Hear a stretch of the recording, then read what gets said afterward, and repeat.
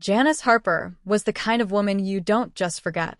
A fourth-grade teacher in a quiet Missouri town, a mother of two, and the type of person who still mailed birthday cards.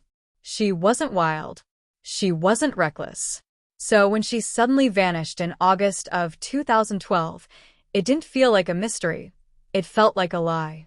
Her husband, David Harper, told everyone the same story. They had a fight. She stormed out and never came back. He said she needed space, that she was overwhelmed. But Janice didn't take her car. She didn't take her phone. She didn't even take her purse. And David? He didn't call the police. It was Janice's sister, Melissa, who finally reported her missing days later. She knew something was wrong. Janice had never gone more than a day without checking on her kids. Never once missed a family gathering. Not even once.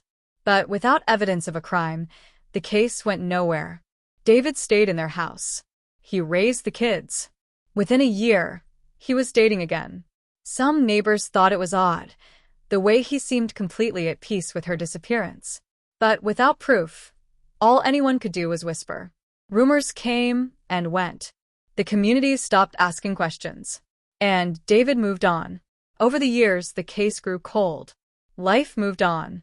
Then, in 2022, 10 full years later, someone came forward. David had been living with a girlfriend. And one night, while drinking, he made a comment that stuck with her. "You bury someone deep enough, nobody finds them." At first, she thought it was a tasteless joke. But months later, she mentioned it to a friend. That friend worked in law enforcement. And just like that, a forgotten cold case was back in motion. Police reopened the investigation and searched David's property. This time, they didn't look at bank records or phone logs. They went straight to the backyard.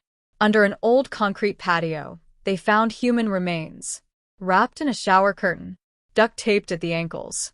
Forensic investigators confirmed what Janice's family already knew in their hearts. She had never left. Dental records proved it. Janice Harper had been buried just a few feet from where her children had played for a decade. David Harper was arrested that same day and charged with second-degree murder and concealment of a corpse. Prosecutors believe he killed Janice during a late-night argument, that he buried her while the kids were sleeping upstairs, and that he poured concrete over her body like she was a secret he could pave over and forget. At trial, David showed almost no emotion, just a blank stare. His now teenage children sat in the courtroom, hearing the truth about their father for the first time. The silence in that room was louder than any outburst. Neighbors testified. So did Janice's sister.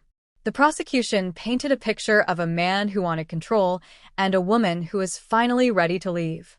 They argued Janice had told a friend days earlier that she planned to move out and that David couldn't handle it. The jury took just under 4 hours to return a guilty verdict. David Harper was sentenced to 40 years in prison. He never apologized, never explained. Outside the courthouse, Melissa Harper, Janice's sister, stood in front of reporters and said, "He thought no one would look. But we never stopped." The community that once stayed silent now came together. A candlelight vigil was held at the school where Janice taught. Former students came back to speak. Some of them were parents now. Her classroom had been empty for 10 years.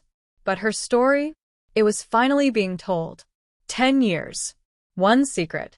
And the one place no one thought to dig.